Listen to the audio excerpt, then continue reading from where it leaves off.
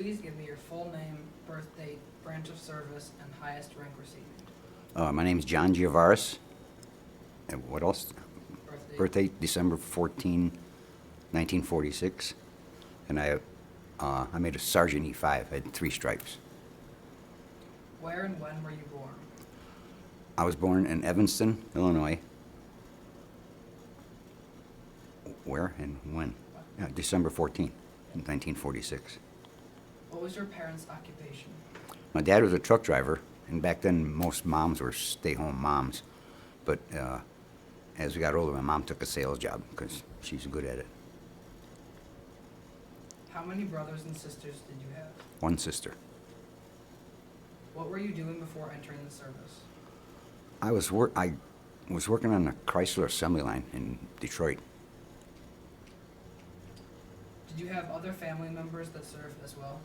Yeah, my dad was in World War II. He was stationed in France.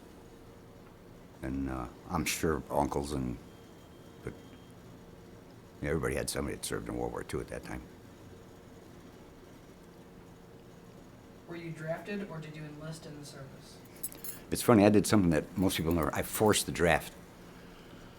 Out of high school about a year, and a friend of mine, George, lived about a block away from me, and he got his draft notice in January of '67. And a month later, I got mine. And we started talking. I said, boy, it'd be nice to go to basic with somebody we knew. So we went down to the draft board and explained the situation. And the lady said, all right, just sign here. You're forcing the draft, which meant that George and I went in at the same time. And it was nice. First time away from home, it was nice to know somebody. Tell us about your departure and early days of training camp. I took basic in the winter at Fort Knox, Kentucky.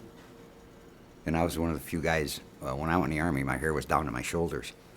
And we went into the barber shop, and about 2 minutes later, bzzz. I remember coming outside, it was cold. I came outside, and I had to grab man, is it cold out here? Because the hair kind of kept you warm. And I did basic training there.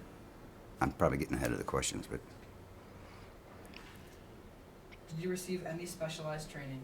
Yes, I went to Fort Jackson, South Carolina, infantry school, where I'd never fired a weapon before. And they taught us hand-to-hand combat, the right way to, throw grenades, and training with machine guns, M16s, and M14 rifles. And the training between, right after basic, you went right to, they call it AIT, Advanced Individual Training, and the total was 17 weeks. And after that, I had a month leave. And then after 30 days, I flew to Vietnam. What was it like adapting to military life? Kind of tough. I mean, I don't like, even to this day, I don't like people telling me what to do. Maybe that's why I drove a truck all my life, because I was alone all day. Here's your route, go do it. But it was very structured. The food was bad. You didn't get to sleep much, every time. 5 in the morning, here you go, wake up. And you just adapt to it, you have to. Otherwise, you're not going to fit in anywhere. Where did you serve? Vietnam. Can you give us details of your trip abroad? I flew into Nam most guys went on a commercial airplane, with the stewardesses and all that. I flew there on a C-130. I think it's a supply plane. I think the whole plane had maybe 6 portholes to look out of, about that big. No seats. You sat on a sling. I went there on one of those and flew home on one. And really loud. Yeah. What kind of action did you witness, or what were your duties on the front line? Well, in Nam, there were no front lines. They came out of the trees, they came out of the ground, pop up, you never knew. I saw a lot of combat. I just read a statistic. It said the average infantryman in World War II, in 4 years, they saw about 40 days of combat. And the average infantryman in Vietnam saw 240 days of combat in 1 year. So we were always, firefights all the time. What were your emotions relating to combat? You're scared out of your wits. You never know. And the noise is just, you can't, you see the noise in a firefight is just deafening.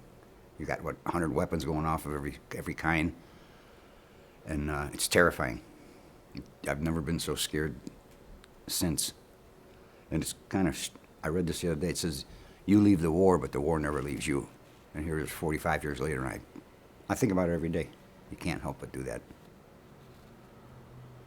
What kind of friendships or camaraderie were formed? Probably the best you'll ever have. There's guys that I went through a lot of firefights with, and you'll never be closer to anybody in your life, not even family. And it's some good relationships, and I lost a lot of guys over there, and that's tough. You know, I was one of the older guys. I was 20, and the average age of the who served in Vietnam was 19, and I had my 21st birthday there, so I was one of the old dudes. How did you stay in touch with family and friends at home? Letters. Just a lot of, and what's pretty cool is I wrote 103 letters home, and my dad saved them all. He's got them numeric, you know, in order. And I read them, there's a stack like this high. I read them probably 20 years ago. It brings back stuff that I'd totally forgotten about. But I'm glad I have them.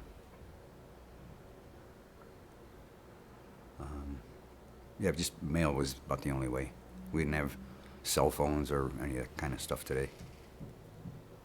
Can you tell us about your recreation or off-duty pursuits?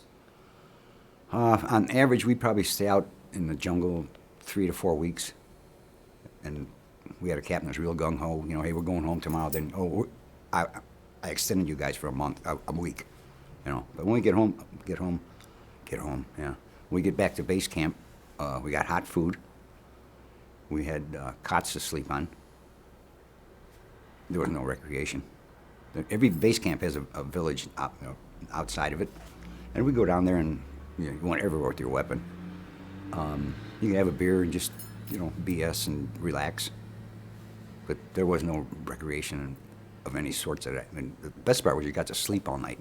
Because you're out in the field, you sleep you sleep in a circle. 2 guys in each post, next to each other. And you just go around,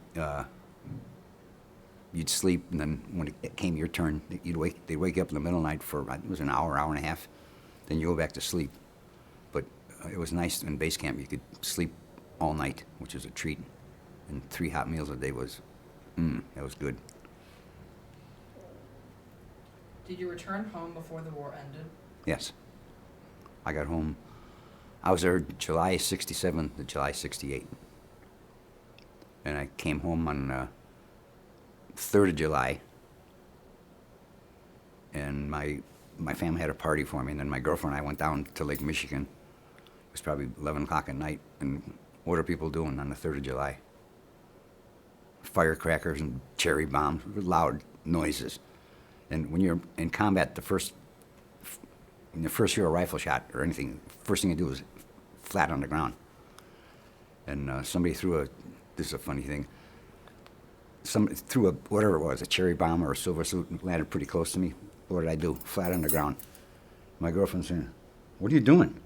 I said, "Oops, sorry, it's just a reflex." How did you return home? C-130. It was funny. I ate C rations for a whole year. About, I don't know, a third of the way in the flight. The Navy guy that was not a stewardess, that's for sure. He said, "Who's hungry?" And everybody raised their hand. What do they pass out to us? C rations. I took mine. I just rolled them right down the aisle. They said, "You're not going to eat that?" I said, "No." What was your reception like by family and community? I asked my mom and my dad. I said, "Just you and my stepmother and my girlfriend. I want you there." So they had to drag me off the plane. I was so nervous. So I come out, there must have been 40 family members waiting for me. I wasn't too pleased with that, but, we got through it. And community,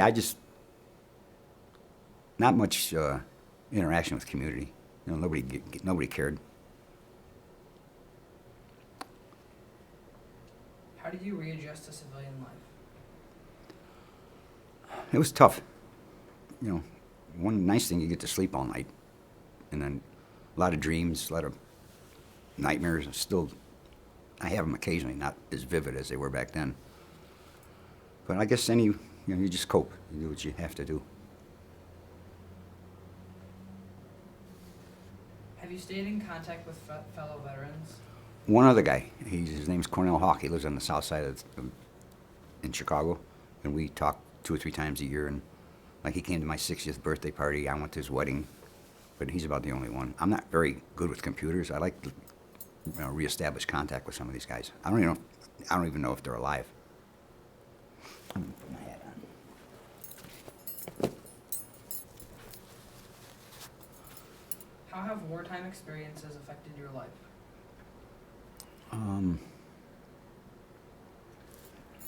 That's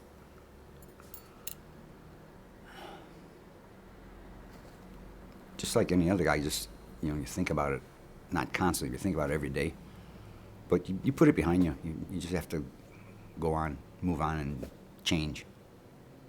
But I guess that's the only way I could put it. What lessons have you learned from your military service? Teamwork. You can't be selfish. You share your thoughts, your actions. Teamwork. Discipline. It was a good experience in that way, but not what I went through. Infantry is not a experience anybody needs. Okay. Well, thank you for coming in, and thank you for everything you've done for our country. Okay. All right, you wear a steel pot, and this is a camouflage cover for it. This one has never been worn. It sits in a drawer, but when the wall came here about a month ago, I had saved my original camouflage cover, and it's all faded from the sun, and I gave it to the archives, and it's going to end up in, I guess, the museum by the wall. And these bracelets, I wore them every day over there. After the Vietnamese would take the shells from artillery, which are brass, and they would put little things on them, and just about everybody in my whole company wore these things.